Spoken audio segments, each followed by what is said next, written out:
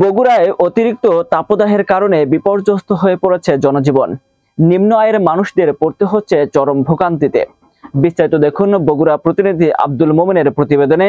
ক্যামেরায় ছিলেন মোস্তাকিম রুবেল।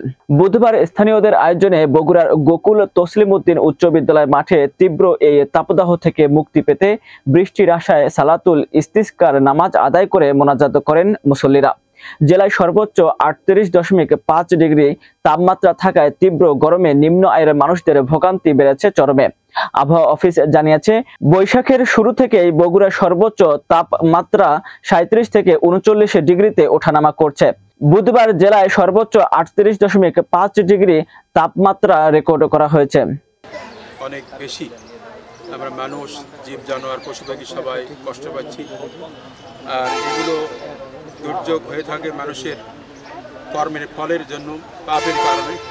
এজন্য ইসলাম বা আল্লাহ রসুল আমাদেরকে এই নামাজ শিক্ষা দিয়েছেন। একে বলা হয় সালাতুল ইস্তিসকা, বৃষ্টির প্রার্থনার নামাজ। এই নামাজের মাধ্যমে আল্লাহ তাআলার নিকট আমরা প্রার্থনা করেছি তিনি যেন আমাদের ত্রুটি বিচ্যুতি গুনাহ খাতা ক্ষমা করে দিয়ে